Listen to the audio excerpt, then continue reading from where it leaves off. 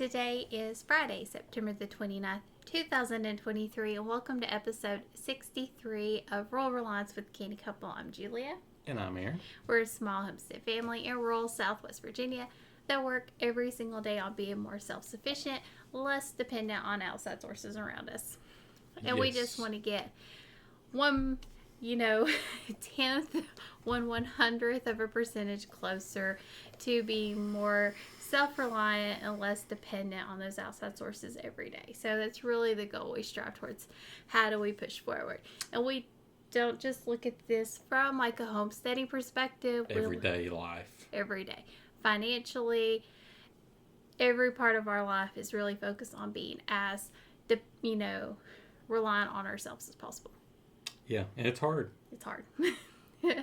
It's very hard, especially in a world that we're living in today. Yes.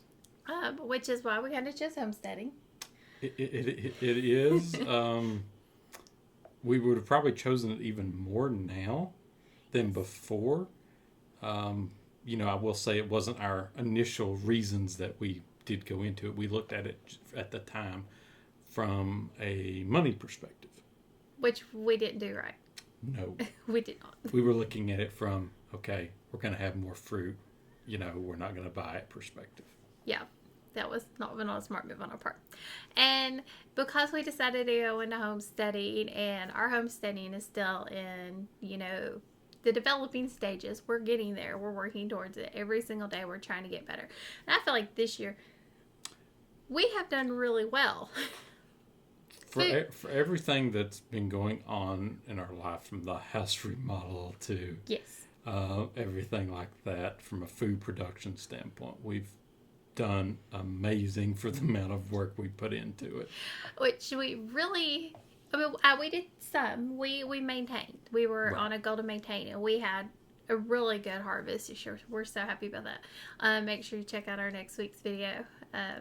Next video. You'll get to see it is a new week. Get to see our next harvest for our squash, so we're really excited about that.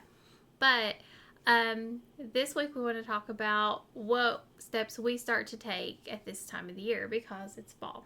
It's fall, y'all. I can say that. I'm Southern, and it rolls off my tongue naturally. The y'all actually works with the accent. Anybody could say it, but it just sounds more natural. Yeah. So it's fall. We know cold weather for us is right around the corner. Right around the corner. The stink bugs are going crazy. Oh. And you think, like, what does that have to do with fall and winter? And we have learned the past few years. Yes. That when the stink bugs come out, like swarms of them, we're not far off from the cold weather. We're not far off from cold weather. You'll get like a day, like a nice warm day, and you will see thousands and thousands of them. It's unreal. Like, I counted on my window, and a quick count, it was like over 20. Yeah. And they were brought in because they said there was too many ladybugs. Yeah. I would rather have the ladybugs. I'd rather have the ladybugs. These things are annoying. God, they're so bad. And they don't die off in the wintertime. Like they hibernate. They hibernate. So, like, you'll move wood. Like, we'll have a stack of wood, and there'll be, like, thousands of them underneath that piece of wood. We know that because we've moved wood, and there's been thousands of them. They're crazy. But we know it's around the corner for us. We know our first expected frost date is around middle of October. We have had it before, frost in September. We have had it frost in November or December.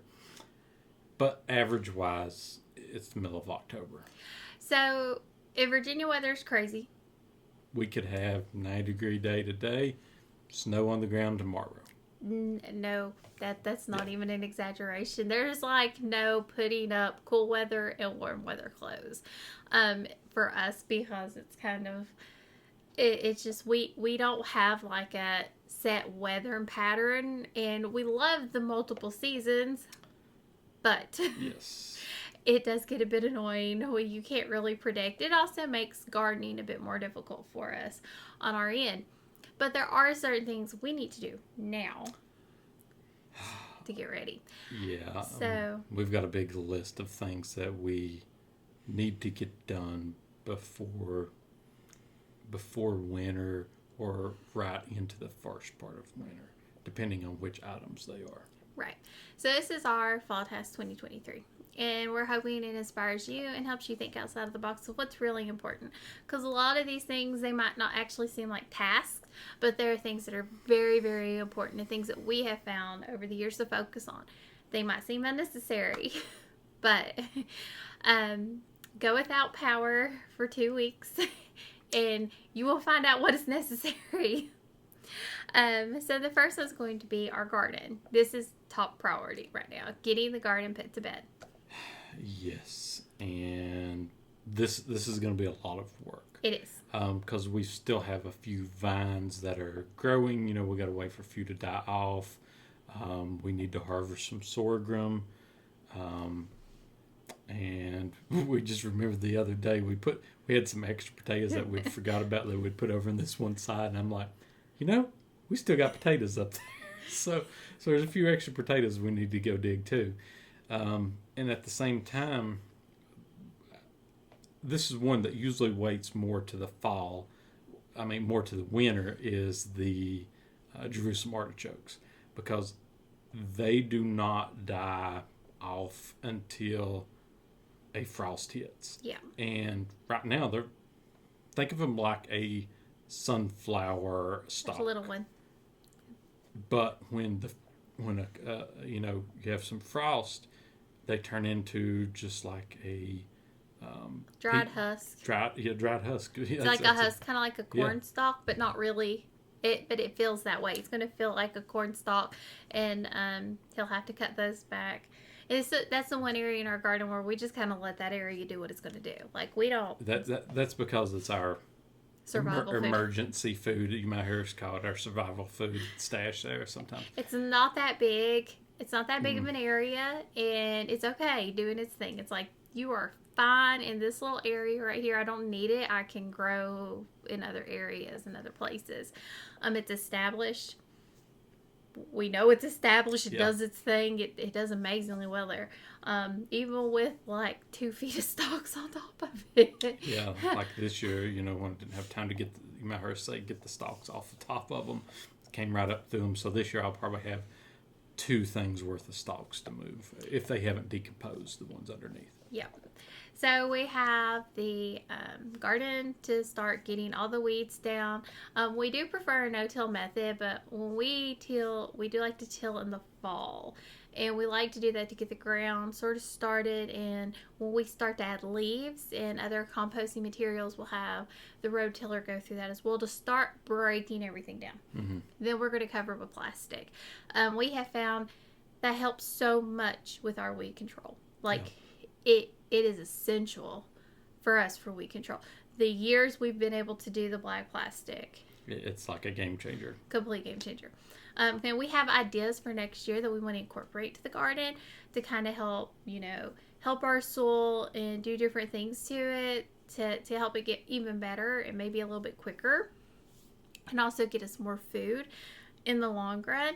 So we have some things we want to do to the soil next year. We kind of need to make sure the weeds aren't going to be able to overtake, because this area can get really weedy, and it's not. Some of them are small weeds, but some of them are like trees. Yeah. They're like trees. They're viney, and they take over, and they just run through the whole garden. It becomes a disaster. You have to take something and chop them down, almost like one of like this little hand saw. Like, we have one up there. They're just so bad. So that is something we have to work on. We're going to get that. We've got to get leaves. We also need to start getting ready for our new tomato changes, because talked about it, we got blight this year. Yes. So what we're going to do, if you remember, is we're doing buckets next year instead, and we'll put some compost. Well, first we'll put leaves in there. We're going to fill it up mostly with leaves. These are not root crops. They don't need dirt in the bottom. Those leaves will decompose. Yep. It's the best thing we can do. It's free for us to go up to carry buckets of leaves down. But we need to buy some buckets. We got to buy a lot of buckets. we got a lot of buckets because we're wanting to line. So it's going to serve two purposes for next year. So we're going to line one whole side up, like one hole into a big L shape on the side of our garden. It's a big area. But we're going to use it for tomatoes and peppers. Talking about peppers. So the deer have still been, they got back into the tops of the peppers again this week. And one of them decided to try cayenne pepper. They left the rest of the cayenne sitting there. I would have loved to seen its reaction. So we're putting peppers, we're putting tomatoes. We do a lot of tomato plants. We probably do what? Close to 60, 70? I was going to say 50 to 60. That's where I was about ready to say. I do a lot of tomatoes because we eat a lot of tomatoes. And our goal with putting them in the buckets is not just say, if we do get blight, we can pull those out fast. We can pull them out, get rid of them, take them somewhere, burn, do whatever we have to do. The bucket, method's going to give us a little bit more control there. But also, that area of our garden is really hard for us to maintain weed-wise. Right. So this will, hopefully serve as a weed control method as well. So they'll all be over there. It's going to be really hard for the big masses of weeds to get there. We can't even lay newspaper, cardboard down underneath it. It won't hurt anything. And that area of our garden is kind of useless. Yeah, because we were always trying to figure out how we, what we could use it for. We've tried a few different things. We've tried letting I've tried perennials. We've tried tried letting cucumbers grow up that side, and they just didn't grow well in that corner anyway, or the weeds would overtake it in that corner. That's the problem. They're just so thick. They're so thick, and it's grass and hay. There's some Johnson grass in that over there that it's like. You just dig and dig and dig. You can't go through it. Like the hoss hoe hoss will hoe could barely get through it at all. It's so hard. The tiller has trouble getting through it sometimes, and it's just we've been struggling. We really think this is our solution here, and it's going to give us more control. Yeah, it at least frees up that row where we had the tomatoes in. Yes. To do something else there. And pumpkins, right? And it frees, and it gets our peppers in the garden away from the deer eating the top off of them. Absolutely, another good thing there. Yeah. We're also going to. I need to look up on this a little bit more, but we want to really add some rock dust on the garden with the leaves. So I want to actually till in some rock dust because we found this year worked really well for us, and. Where we're just throwing it in the garden, I really want to kind of incorporate it with the leaves, especially before we wet the garden and put the black plastic on. So it kind of starts to do its thing, and also some other fertilizers in there ahead of time. Maybe some biochar. Maybe the biochar. The biochar and that rock dust, that's really all I used. I used a couple of other fertilizers, but we've used them before, similar types. We've never had such success as we did this year with rock dust and biochar. That seemed to be and I did not use a lot. I used very little. Like that biochar, I'm using a teaspoon per hole. I was so careful with that. Yeah, we need to, We're hoping to make our own. We're hoping to learn from Porterhouse to make our own. Well, I have seen so many different uses for it, especially for keeping watering holes clean and things like that. And we want to build up better water catchment systems on our property. And I just think this is a great option to help keep those clean. Yeah, you could put them in a filter bag. When we watched some of those videos from Porterhouse, that was my idea. I was like, I can use this here. I can use this here. Yeah. And I was like, put it in a cheesecloth bag, and I just think it's going to help so much. Right. So garden is our number one priority. We know this has to happen this year. There's a lot of stuff we have to get done with it and get it to bed before it gets, too hard from multiple frost. Yeah. And we've worked on the garden up through December. Yeah. We did whenever we were actually trying to level it out. I expect we will have, the middle of December again to try to get all and that's really all we need. We'll give it till May 5 months under cover. We just have April, May, yeah. We just have to make sure we get enough time to wet it. And that's the problem. It's got to have enough time to get wet. And if it's super cold, we are not going to be able to run the water to wet it. Right. Because the outdoor water hose, we don't run at all if it's really cold. Period. It's just what it is. We got a lot of cleanup to do on the property. That's probably putting it lightly. Yep. We did not keep up with our stuff this year. It was just no way. Typically what we do is we work early in the morning, late in the evening, we split up the duties. And try to hit keeping things clean, keeping things mowed down. And for the most part, everything's mowed down, just not where we need it to be. So the trees out in the field, they're probably going to stay this year. But we have several big swatches of areas that we've really got to get cleaned up. Yes. But we have uses for that grass. That grass is going to become grass hay that we are going to use for our potatoes next year. That was amazing, putting grass on the potato area up there. I mean, tell them about the weeds. So my dad was like, "Oh, I saw you weed eated down the potato patch." I was like, "No, I didn't weed eat nothing." You go up there and look, and the side that was heavy. That was grass put on, no weeds. The side that grass wasn't put on, weeds, and I had to weed eat it down. So something we're working toward next year. It's like 10 inches to a foot of grass on this thing. Even my father-in-law's like, we'll just let it grow up and then we'll mow it and carry it up there. Yeah, and, he was all about it. And it worked so well. He's like, we'll even grow enough to put in the garden. Yeah. So we're really excited about that, getting that done. I know something we forgot to put on this list, and that's plant the garlic. That's something we have to do in October, towards the end of October. I don't even think we have that on our to-do list. We do not. Can you write that down on this list?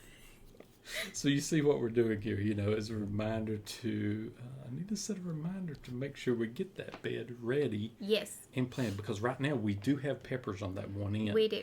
So we need to try to let it go up until that last frost as close as possible, because we have, so many peppers. We got hundreds of peppers in this little thing. Hundreds of peppers. They might not be very big, but they're big enough to do what we need them to. So we've got to plant garlic. That's part of the things.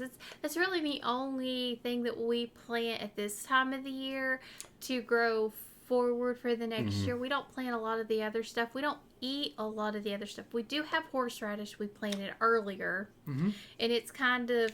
So we're hoping that area is going to be like the Jerusalem artichokes.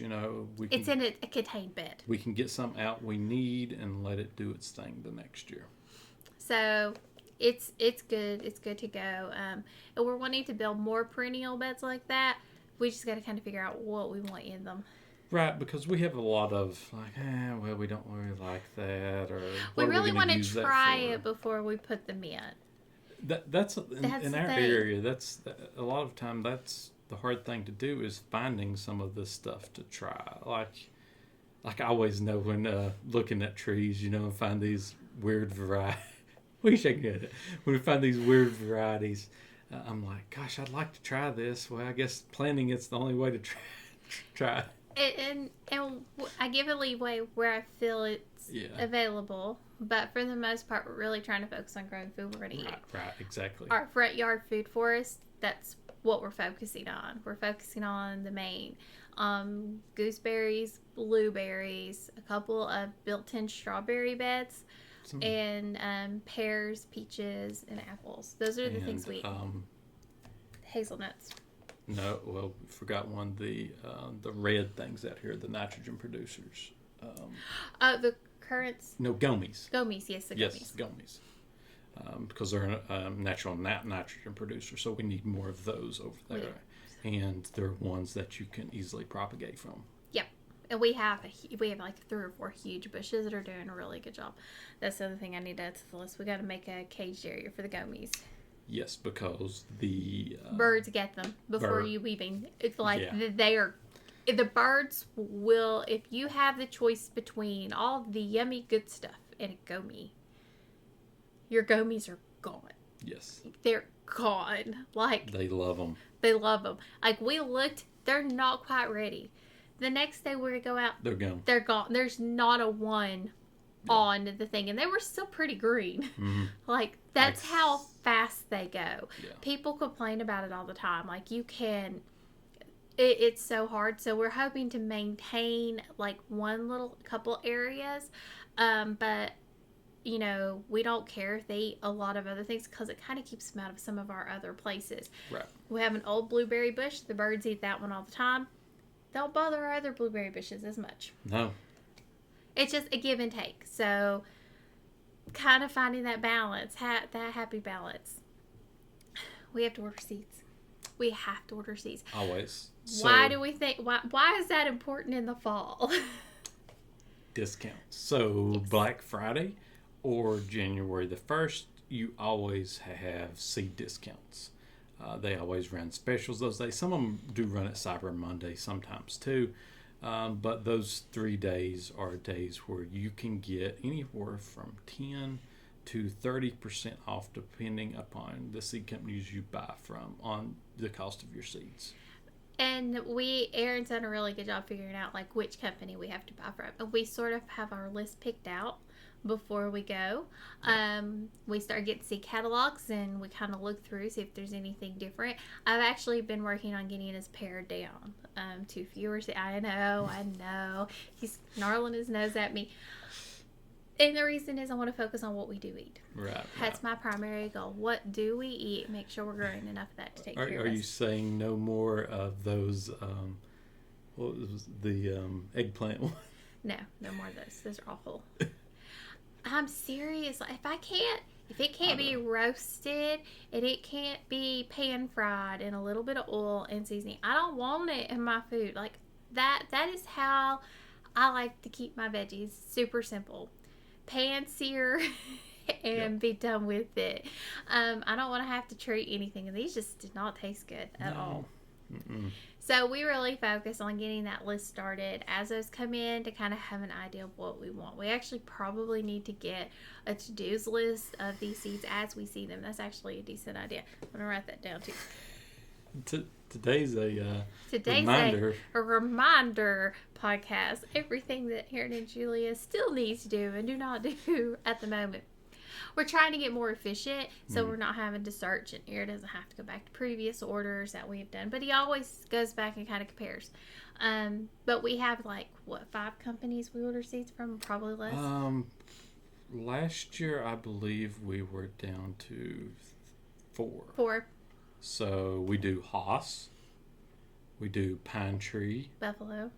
Ooh, nope, we did 5 last year. Buffalo, Baker Creek, and Burpee for some of the summer squash because they have the best deals on some of the summer squash. Which we're pairing back on next year, some of those different varieties. Some of them, like that yellow one was... We got the lemon ball from them, and I think so. And then we also didn't see any benefit of the ones that they said grew upright compared to the regular one. It didn't grow upright. It didn't, right. It wasn't worth an extra $2. No, not at all. We were so excited. We're like, oh, it's going to be like a tree. And no, it wasn't like a tree. A bush, It wasn't like that either. Okay, number 4 is going to be to stock up on animal food. So this might not seem important to a lot of people. For us, it's from the standpoint of we might not be able to get out in the winter. We might not be going anywhere for a month. Or more. 2 months. 3 months. Something like that is always very possible with us in the winter. So I always look at our animal food supply to make sure we have enough on hand and can make it until spring.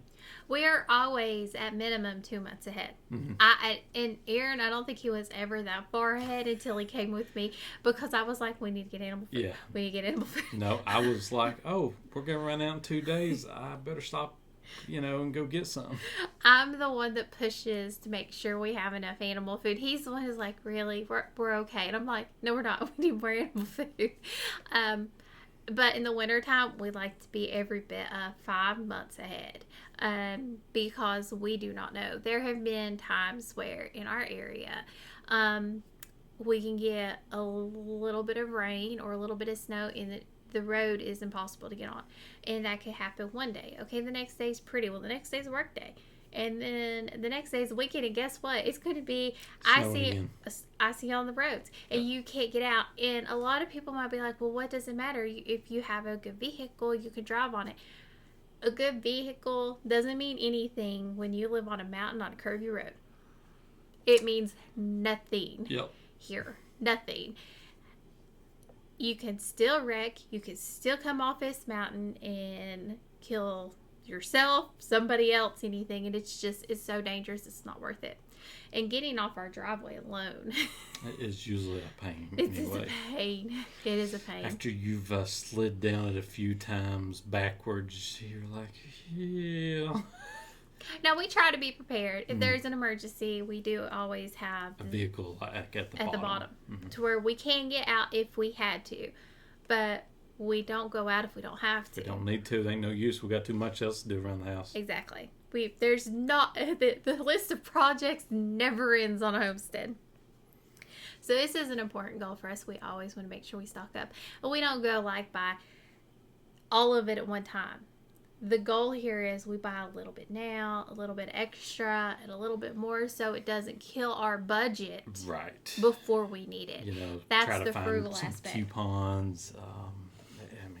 With Rural King, when we get there now, you don't really have coupons, but it is cheaper than the Pedigree we used to get. Hey, that one has went up so much. Yeah, it's so much. Since I started buying this type for this one, it went from $18 to I think it's $26 a bag now. The last time we looked at it, it's been a while, probably more. We got to get our emergency preps easy access. Yes. So this is so much. There's so much more to this than just like a few small items. This is a way to heat up water for drinking. This wasn't a big of a deal for us until last year. Yeah. Because of the baby. We had to have a way to warm her formula. So we're like, I only have a fireplace. How can I warm her formula?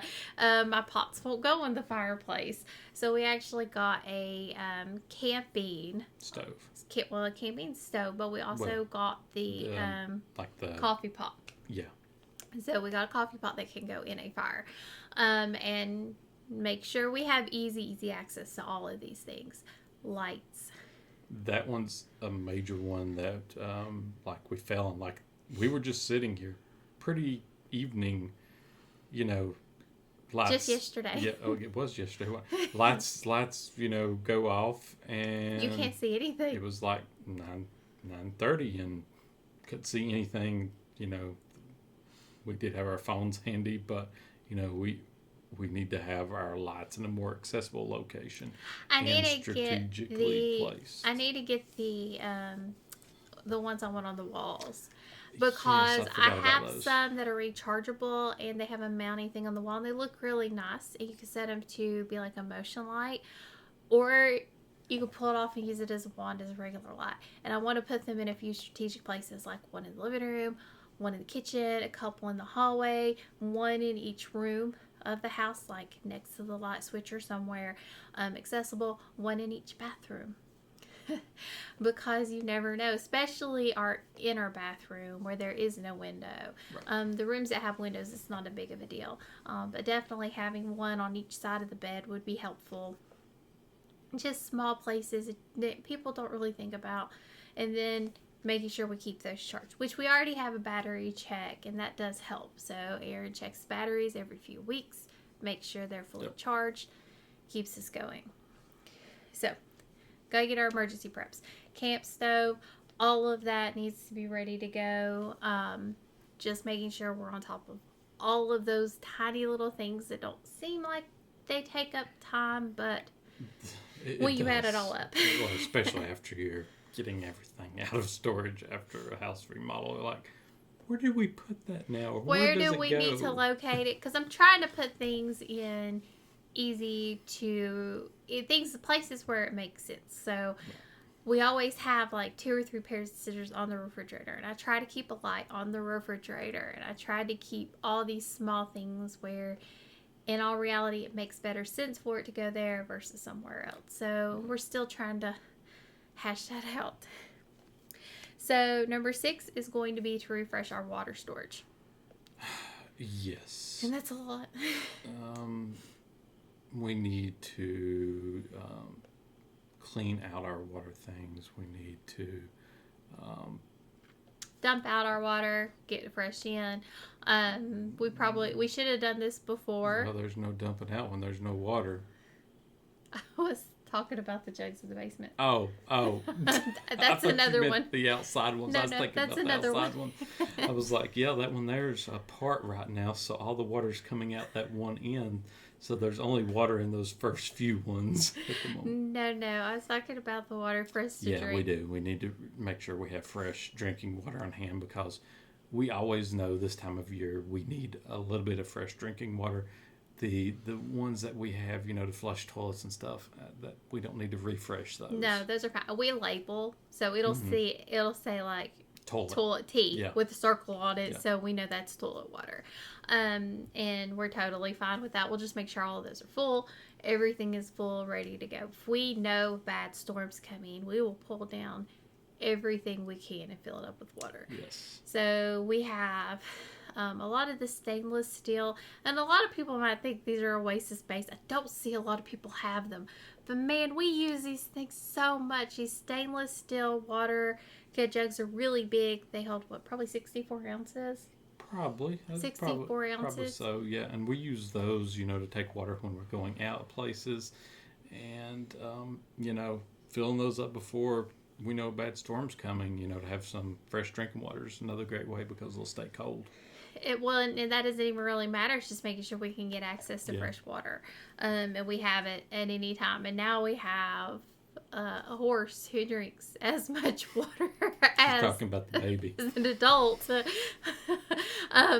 She's a better water drinker than I ever could hope to be. She drinks so much water, and she will throw us a milk cup, and we try to give it back to her. It's because a little milk in it. No, she'll throw it back at you. If she doesn't want milk, she wants water.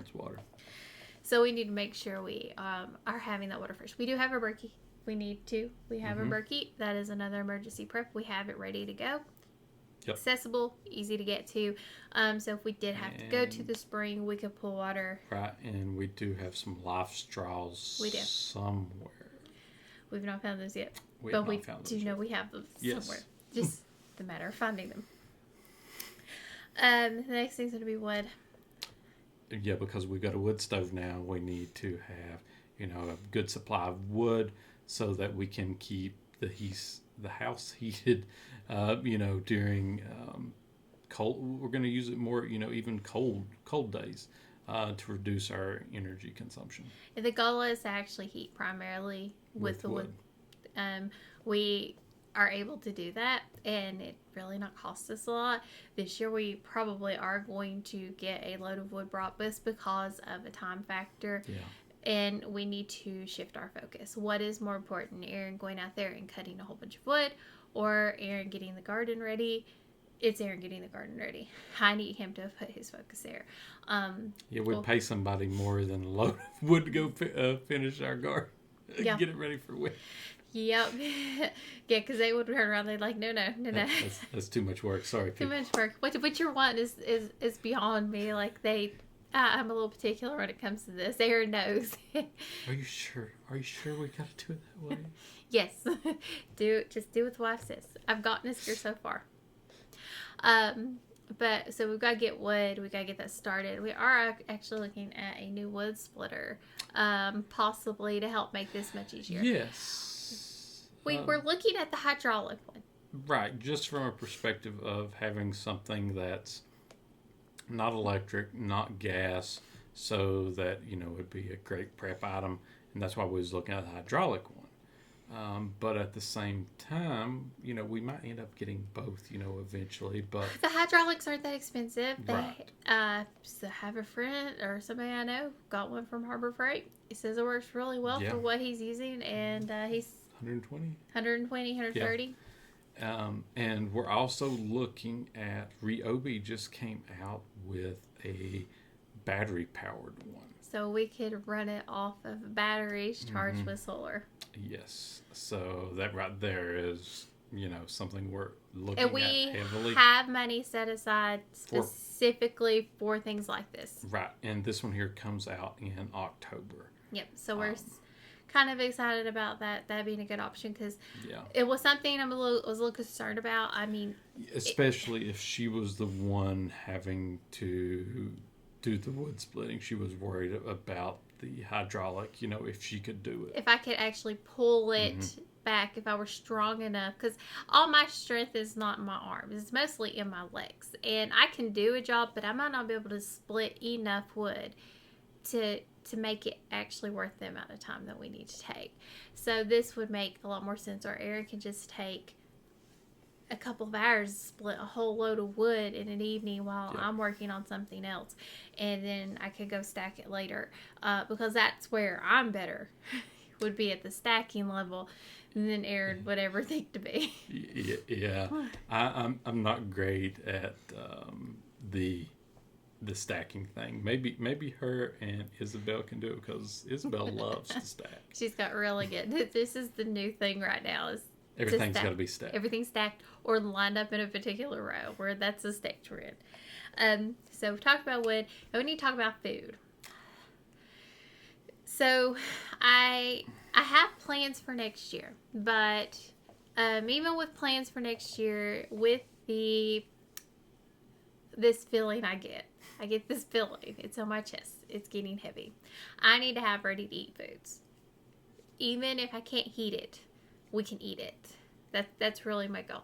I like to have a good stockpile of soups, which right now we are really good on. I'm really good on soups. We've not really eaten a lot this year. We typically don't till later in the fall, winter time. Probably to about November time frame, then we start eating a lot of soups. But I'm really good on soup.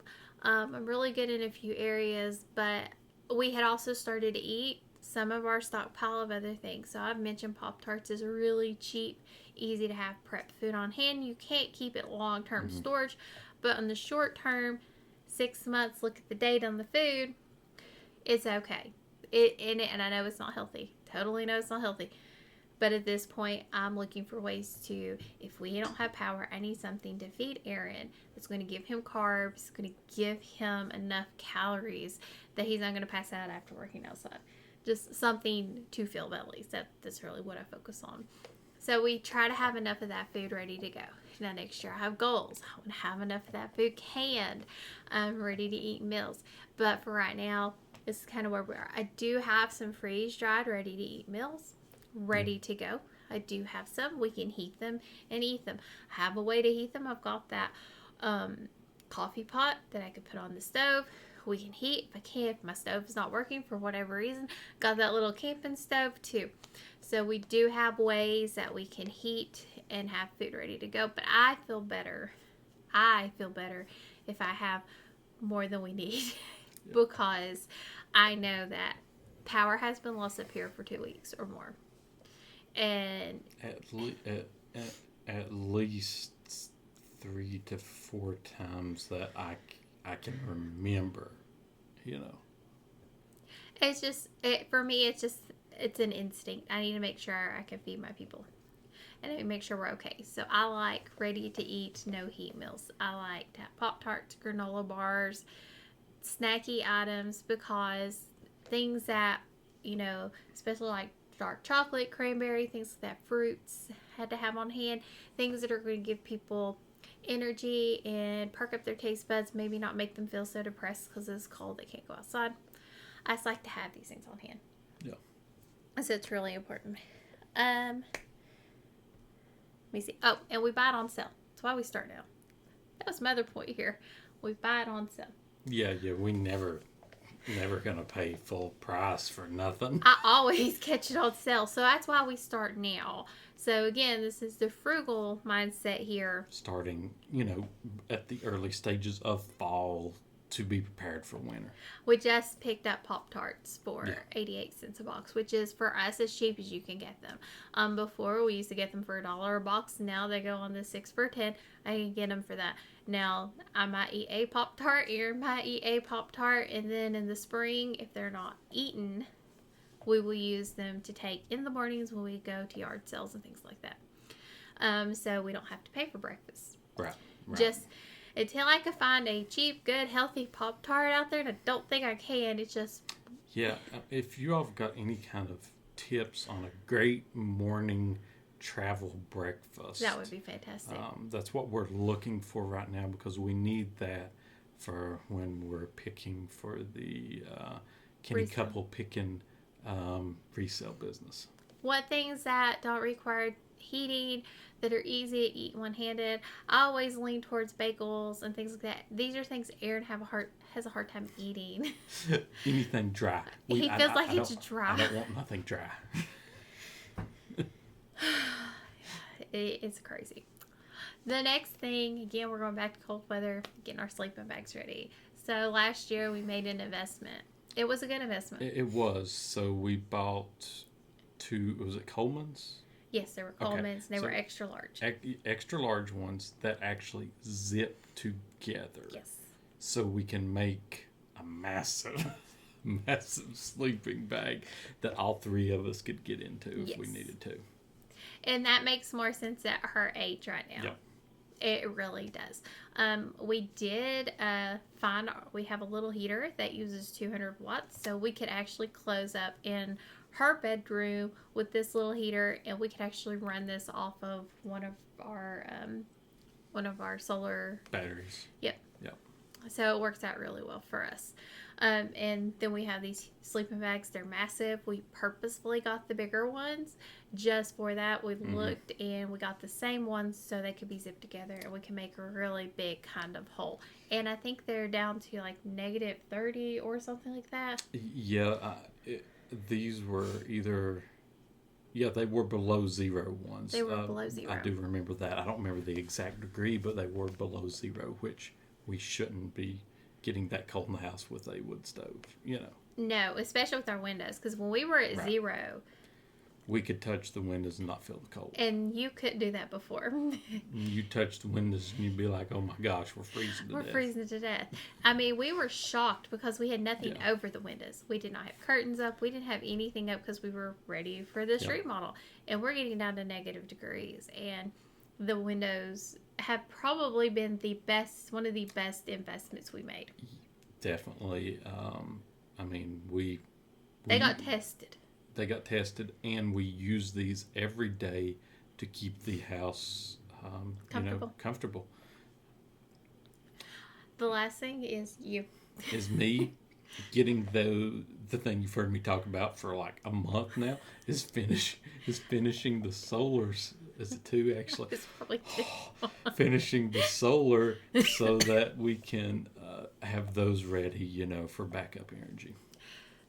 So we can charge up all of our batteries. Because we have multiple, like you see these batteries behind us here. We have a whole row of batteries, and that's not all of them.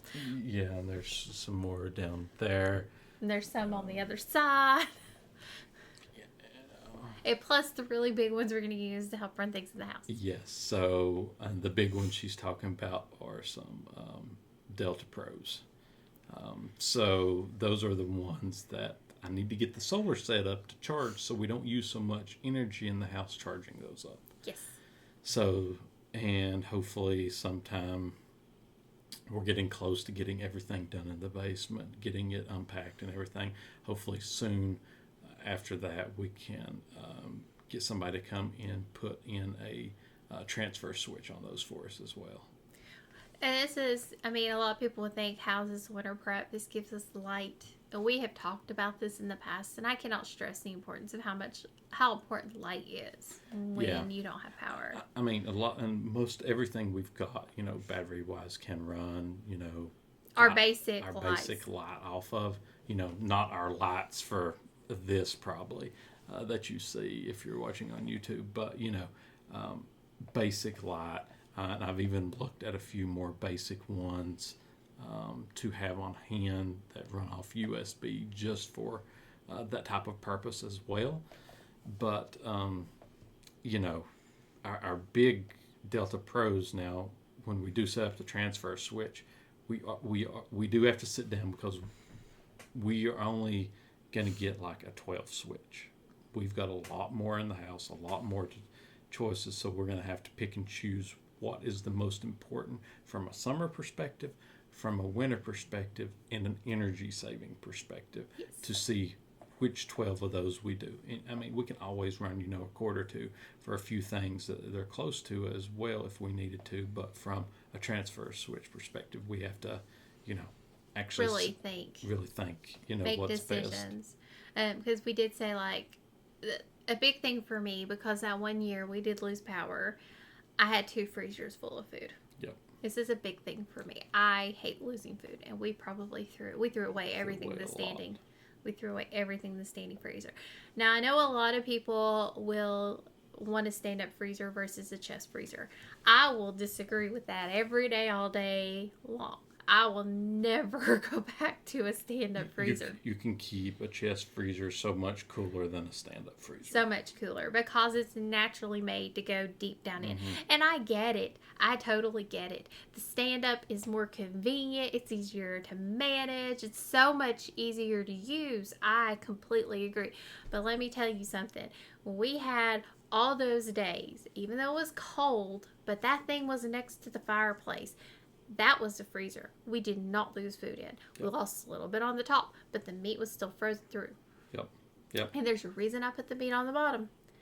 And we're also going to be adding some cover to it, some insulation. We're going to insulate the outside of it. We've seen a few other YouTubers out there that came up with putting more insulation around that to even stop some of its energy usage, from keeping it cooler naturally. And we also keep like 50 pounds on top of it, so we make sure that top stays completely sealed. Bags of dog food are great to put on top of it. Like, if we get to the point we don't have any more animals, we might have to keep one bag of dog food, just to keep that closed. So we always look for things like that to help. But that's probably one of our big things is the freezers, the freezer and the refrigerator.